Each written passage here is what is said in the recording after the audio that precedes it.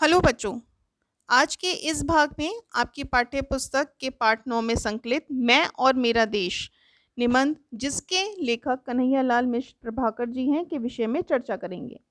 इस निबंध के द्वारा लेखक ने पराधीनता की पीड़ा और स्वाधीनता के सुख को व्यक्त करते हुए व्यक्ति के अधिकारों और कर्तव्यों का सम्यक विवेचन किया है।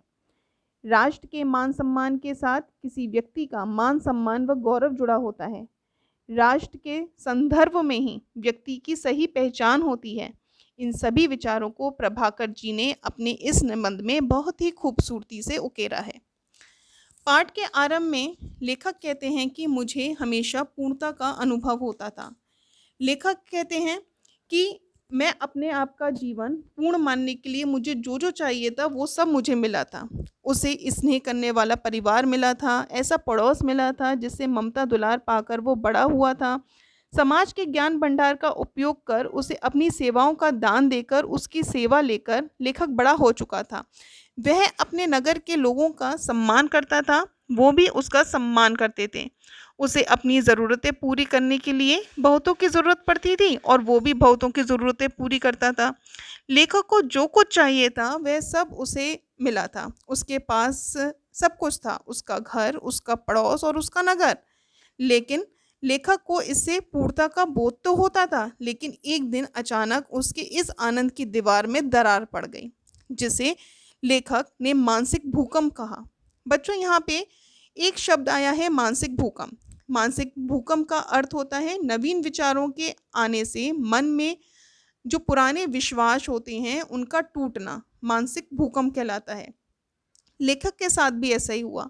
वे स्वयं को जब पूर्ण समझता था, किंतु जिस दिन उन्होंने पंजाब केसरी लाला लाजपत राय के विचार सुने, उस दिन उसके मन में जो विचारों तथा विश्वासों की दीवार थी वो टूटने लगी। लेखक को पता चला कि जब तक हमारा देश गुलाम है, हमारी पूर्णता का कोई अर्थ नहीं है।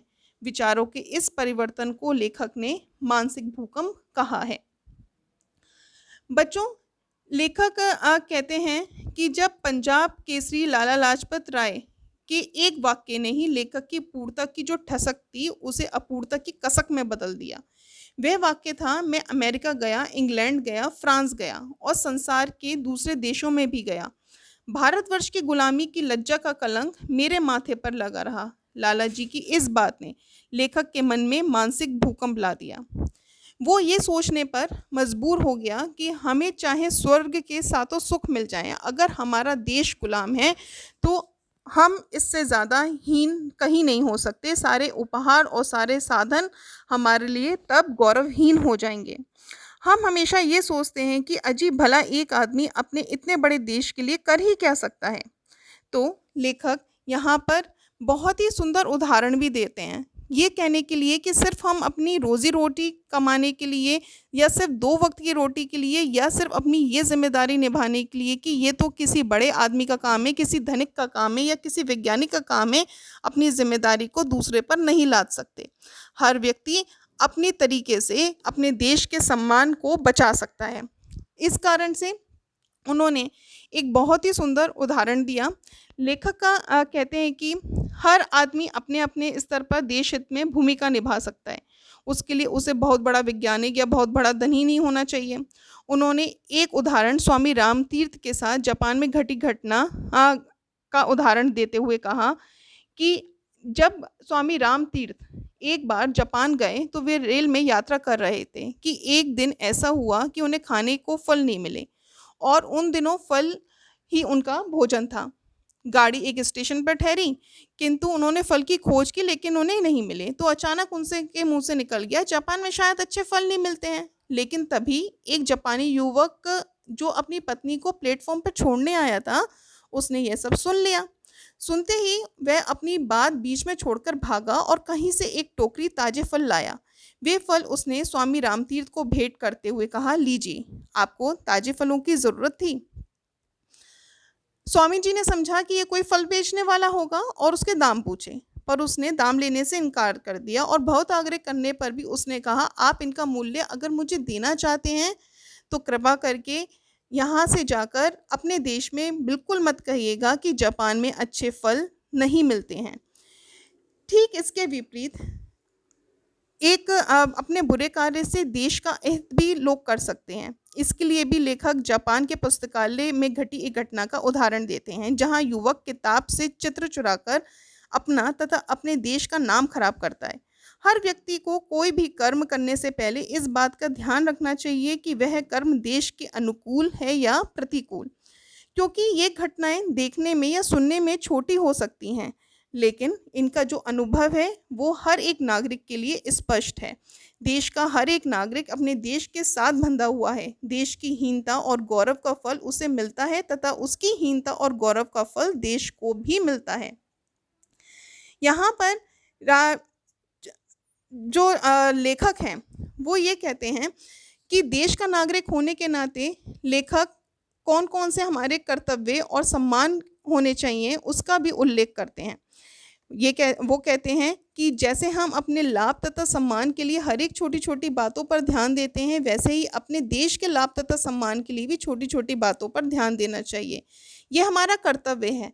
जैसे हम अपने सम्मान तथा साधनों से अपने जीवन में सहारा पाते हैं, वैसे ही हमारा देश भी सम्मान तथा साधनों से सहारा पाकर आगे बढ़ता है, और ये हमारा अधिकार भी है। महत्व किसी कार्य की विशालता में नहीं होता, उस कार्य करने की भावना में होता है। इस बात को भी लेखक कुछ उदाहरणों से स्पष्ट करते हैं। तुर्की के राष्ट्रपति कमाल पाशा को उनकी वर्षगांठ पर भेंट करने एक देहाती बूढ़ा आता है। वे 30 मील पैदल चलकर आया होता है, इस कारण उसे आने में देर हो जाती है। लेकिन वह उपहार में वे पाव भर शहद मिट्टी की छोटी सी हंडिया में लाता है, जिसे उस बूढ़े ने स्वयं तोड़ा था। जब राष्ट्रपति कमाल पाशा को यह सब पता चलता है कि एक बूढ़ा उसके लिए उपहार लेकर आया है, तो चाहे वो विश्राम के वस्त्रों में थे, तब भी उसके पास आते हैं और आदर से उस बूढ़े किसान को अपने पास बिठाते हैं और उसके दिए हुए जो उपहार था जिसमें शहद भरा हुआ था, उसमें अपनी 2 उंगलियां भरकर शहद चाटते हैं और तीसरी उंगली शहद से भरकर बूढ़े को भी खिला देते हैं। कमाल पाशा ने बूढ़े का उपहार को सर्वोत्तम कहा, क्योंकि उसमें उसके हृदय का शुद्ध प्यार था। शहद बहुत कीमती नहीं था, पर उसके पीछे उसको लाने वाले की भावना थी, जिसने उसे अमूल्य बना दिया। अपने भी देश की एक बहुत ही सुंदर कथा को इसी भावना से कि भावना को महत्व ज़्यादा मिलता है का एक उदाहरण देते हैं कि एक किसान ने रंगीन सुतलियों से एक खाट बुनी। वह उसे रेल में रखकर दिल्ली लाया। दिल्ली स्टेशन से उस खाट को कंधे पर रखकर वह भारत के प्रधानमंत्री पंडित नेहरू की कोठी पर गया। वह उन्हें भेंट करना चाहता था। पंडित जी ने उसका वह उपहार प्यार से स्वीकार किया। बदले में उसे अपना एक फोटो दस्तखत करके दिया। बच्चों, ये दोनों जो उदाहरण हैं वो इस बात को दृष्टिगत करते हैं कि भावना को महत्व दिया जाता है और हमेशा भावना को ही महत्व दिया जाना चाहिए, छोटे या बड़े कर्म को नहीं। क्योंकि हमारा कभी कभी छोटा कर्म भी हमारे देश हित में उसके सम्मान को बढ़ाने में बहुत ही बड़ा योगदान दे सकता है। यहाँ पर लेखक कहते हैं कि हमारे देश को सबसे पहले 2 बातों की बहुत ज़्यादा ज़रूरत है, एक शक्ति बोध और दूसरा है सौंदर्य बोध। हमारा देश को शक्ति बोध किस तरह से हम उसे चोट पहुंचा सकते हैं? यदि हम रेलों में, मुसाफिर खानों में, क्लबों में, चौपालों पर और मोटर बसों में कभी ऐसी चर्चा करते हैं कि हमारे देश में यह नहीं हो रहा है, वह नहीं हो रहा है और यह गड़बड़ है, वह परेशानी है। साथ ही यदि हम इन स्थानों में या इस तरह के दूसरे स्थानों में भी अपने देश के साथ दूसरे देशों की तुलना करते हैं और इस तुलना में अपने देश को हीन और दूसरे देशों को सर्वश्रेष्ठ सिद्ध करते हैं, तो हमारा इन कार्यों से देश के शक्ति बोध को चोट पहुंचती है।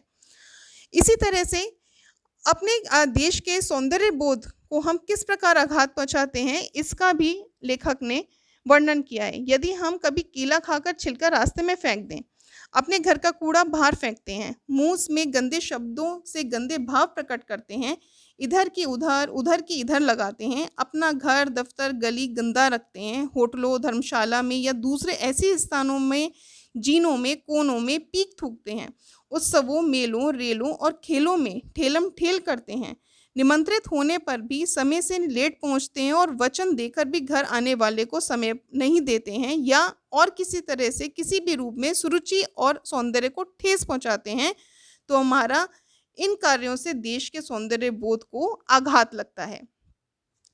बच्चों, यहाँ पर जो लेखक हैं वो कहते हैं कि देश की उच्चता और हीनता की कसौटी क्या होनी चाहिए।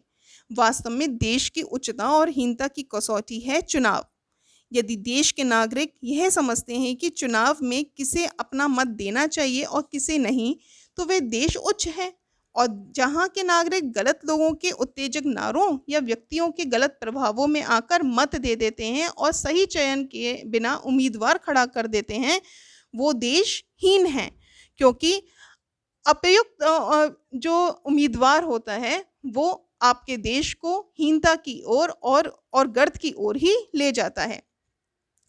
इसलिए ये इस पाठ में लेखक ने अपने देश की अस्मिता के लिए हम अपने मान सम्मान, अपने देश के लिए का गौरव किस तरह से बढ़ा सकते हैं या हमारे कर्म किस तरीके से होने चाहिए, इन सब का उल्लेख बहुत ही खूबसूरती से किया है।